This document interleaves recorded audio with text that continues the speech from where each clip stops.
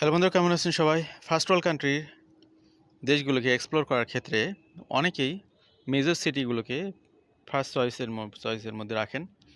যেমন কানাডার কথাই ধরি, কানাডাতে যদি আসতে চান ম্যাক্সিমাম পিপলরা এখানে চয়েস করে অন্টারিও প্রভিন্সকে, বিশেষ করে টরন্টো সিটিকে। তো টরন্টো সিটিকে চয়েস করতে গিয়ে টরন্টো প্রভিন্সের যে কম্পিটিশন, সেখানে অনেকেই কোপ আপ করতে পারেন না, তখন অ্যাকচুয়ালি তার স্বপ্নটাই পূরণ হয় না। তো এক্ষেত্রে যে মেসেজটা আপনাদেরকে দিতে চাই সেটা হলো যে আপনি একটা বৃহৎ স্বপ্ন পূরণের ক্ষেত্রে স্টেপ বাই স্টেপ আপনাকে প্রসিড করতে হবে।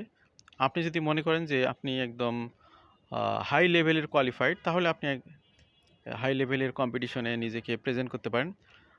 সেক্ষেত্রে টপ লেভেলের প্রোগ্রামগুলোতে আপনি এলিজিবল যদি হতে পারেন, সেই কনফিডেন্স তাহলে আপনি এরকম বিগ সিটিগুলোতে আসতে পারেন। আবার আপনি যদি মনে করেন যে না, আপনি এনিহাও আপনাকে আগে কানাডাতে এন্ট্রি করতে হবে, এরপরে আপনার জন্যে একটা ব্যবস্থা করতে হবে, সেটা হতে পারে স্টাডি, হতে পারে ওয়ার্ক, হতে পারে আপনার পিআর। তো মোট কথা হলো এখানে আগে আপনাকে আসতে হবে স্বপ্ন পূরণের জন্যে। এরপর আপনি এখানে পিআরে কনভার্ট থেকে আপনি যখন সিটিজেন হয়ে যাবেন, তখন আপনার জন্য হোল কানাডা ওপেন। আপনি যেখানে খুশি সেখানে বসবাস করেন, কোনো সমস্যা নাই। তো আজকে আমরা মূলত কানাডার সবচাইতে ছোট সিটি প্রিন্স এডওয়ার্ড আইল্যান্ড নিয়ে কথা বলবো। প্রিন্স এডওয়ার্ড আইল্যান্ড কানাডার সবচাইতে ছোট সিটি না, ছোট প্রভিন্স। তো এই প্রভিন্সটি আটলান্টিক মহাসাগর দিয়ে পরিবেষ্টিত। এই প্রভিন্সে কয়েকটি রিনাউন্ড প্রতিষ্ঠান আছে, এগুলোতে পড়াশোনা করতে আপনারা চাইলে আসতে পারেন, এবং এখানে পড়াশোনা পরবর্তীতে পিআরের সুযোগগুলো থাকে। তো এটার আপডেট নিয়ে আমরা কথা বলবো মূলত। রিসেন্টলি এখানে ইনভাইটেশন ইস্যু হয়েছে 100-র বেশি। তো এটা হচ্ছে পঞ্চমতম ড্র। তারা প্রত্যেক মাসেই ড্র অনুষ্ঠিত করতেছে। ড্র অনুষ্ঠিত হচ্ছে এখানে 21শে মে সর্বশেষ এখানে ড্র অনুষ্ঠিত হয়েছে, যেখানে 114 জনকে ইনভাইটেশন ইস্যু করা হয়েছে। এবং এগুলো কোন সেক্টরে ইস্যু করা হয়েছে? ওয়ার্কিং ইন ডিম্যান্ড অকুপেশনস এবং প্রায়োরিটি সেক্টরে যারা রয়েছেন এই প্রভিন্সের মধ্যে, তাদেরকে এখানে সুযোগগুলো দেওয়া হচ্ছে। তো এটা হচ্ছে পঞ্চমতম কনজিকিউটিভ ড্র এই প্রভিন্সের জন্যে। যদি আপনি অন্য প্রভিন্সগুলোতে নিজেকে এক্সপ্লোর করতে ব্যর্থ হন, বা আপনার জন্য মনে হয় যে অন্য প্রভিন্সগুলো আপনার জন্য সুবিধাজনক হবে না, তাহলে এই প্রভিন্সটিকে আপনারা এক্সপ্লোর করতে পারেন, এখানেও আসতে পারেন। আপনার স্বপ্ন পূরণের প্রথম সিঁড়ি হিসেবে এটাকে আপনি কাজে লাগাতে পারেন। ড্র ডিটেলসে আমরা যতটুকু বুঝতে পারলাম, এখানে হচ্ছে আপনার দুইটি পাথওয়েতে ড্র অনুষ্ঠিত হয়েছে। একটা হলো লেবার ইম্প্যাক্ট, আর একটা হচ্ছে Prince Edward island express entry. তো এখানে মূলত কারেন্টলি যারা এই প্রভিন্সে বসবাস করতেছে এবং যারা প্রায়োরিটি সেক্টরে জব করতেছে, তাদেরকে তারা এখানে কয়েকটি সেক্টরে এখানে বেশি লুক আফটার করতেছে। বিশেষ করে যারা হচ্ছে হাই ইকোনমিক ইম্প্যাক্টের মধ্যে পড়তেছেন, তাদের জন্যেই মূলত এই বিষয়গুলো আরও সহজ করে দেওয়া হচ্ছে পিআরের সুবিধা পাওয়ার জন্য। International student graduate from 3 post secondary institution in Prince Edward Island were also prioritize. এখানে ভালো করে খেয়াল করুন, ইন্টারন্যাশনাল স্টুডেন্ট হিসেবে যারা আজকের এই আলোচনা শুনতেছেন, তারা যদি অন্য কোনো প্রভিন্সে, অন্য কোনো ইনস্টিটিউশনে আপনি অ্যাডমিশন নিতে ব্যর্থ হন, তাহলে আপনি এই প্রভিন্সিয়াল প্রতিষ্ঠানগুলোকে টার্গেট করতে পারেন। এক্ষেত্রে প্রায়োরিটি দেওয়া হয় তিনটি প্রতিষ্ঠানের স্টুডেন্টদেরকে। এক নম্বর হলো university of Prince Edward Island, UPEI, তারপর হচ্ছে হল্যান্ড কলেজ এবং কলেজ ডি আইলি। আর লাস্টের যেটা, সেটা হচ্ছে ফ্রেঞ্চ ল্যাঙ্গুয়েজে base.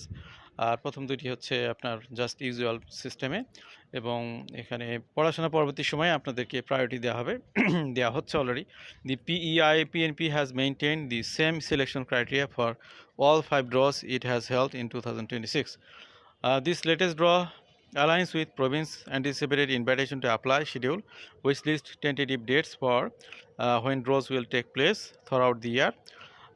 One of the 5 draws held so far in 2026, 4 have taken place on the exact date listed. তো এখানে আগে থেকে তার একটা ডেট দিয়ে রেখেছে, সেই ডেট অনুযায়ী তার ড্রগুলো করে থাকে প্রত্যেক মাসে। এখানে আমরা যদি পিছনের দিকে তাকাই, এখানে 15 জানুয়ারি 26 জনকে, 19শে ফেব্রুয়ারি 109 জনকে, 20শে মার্চ 101 জনকে, এরপরে আপনার 16 এপ্রিল 127 জনকে, 21শে মে 114 জনকে, টোটাল এ পর্যন্ত 477 জন ব্যক্তিকে তারা ইনভাইটেশন ইস্যু করেছে পিআরের জন্য। তো পিআরের জন্য প্রথম স্টেপে তারা প্রভিন্স থেকে নমিনেশনের জন্য আহ্বান জানিয়েছে। এরপরে নমিনেশনটা পেলে তখন তারা পিআর ভিসার জন্য ফেডারেল গভর্নমেন্টের নিকট আবেদন করবে। PEI follows its anticipated schedule. The next draw এখানে হতে পারে জুনের 18 তারিখে, এবং তারপরের মাসে জুলাইয়ের 16 তারিখে ড্রগুলো অনুষ্ঠিত হবে। How to be consider through the PEI PNP. তো এতক্ষণ নতুন অনেকে শুনতেছেন যারা এই প্রভিন্স সম্পর্কে জানে না, তারা যদি চিন্তা করেন এই প্রভিন্স নিয়ে, তাহলে তাদের করণীয় কি? All individuals wishing to immigrate through the PEI PNP must create an account on the province's website and submit an expression of interest to be assessed by the province. তো বুঝতে পারলেন যে এখানে আপনি যদি পিআরএ কনভার্ট হতে চান, তাহলে এখানে পিআর প্রোগ্রামের জন্য ইউআই বা এক্সপ্রেশন অফ ইন্টারেস্ট প্রোফাইল একটা ক্রিয়েট করতে হবে। PEI Office of Immigration will assess each candidate based on their likelihood of meeting local economic and labor market needs. তো এরপরে আপনাদের এলিজিবিলিটির আলোকে আপনাদের বিষয়গুলো অ্যাসেসমেন্ট করবে। A variety of factors are considered under PEI UI system including the following. এখানে অনেকগুলো বিষয় এখানে দেখা হয়। Language proficiency French or English, education level, field of study and location of completion, level of skill and work experience, strategic priorities, attributes that will address urgent labor market needs within the province, and other factors relevant to employment prospects, which can include but not limited to possessing a job offer within the province and or having work in Canada. Once you submit your profile, you can check its status by logging in to the UI system, where any changes can be found on your home screen.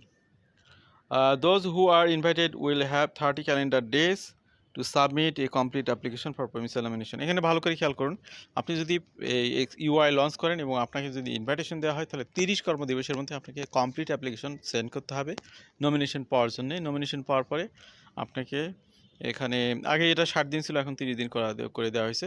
এই nomination পাওয়ার পরে তখন আপনি PR ভিসার জন্য আবেদন করবেন federal গভর্নমেন্টের নিকট অ্যাজ সুন অ্যাজ পসিবল। তো আজকের আলোচনা আমরা ইতি টানবো।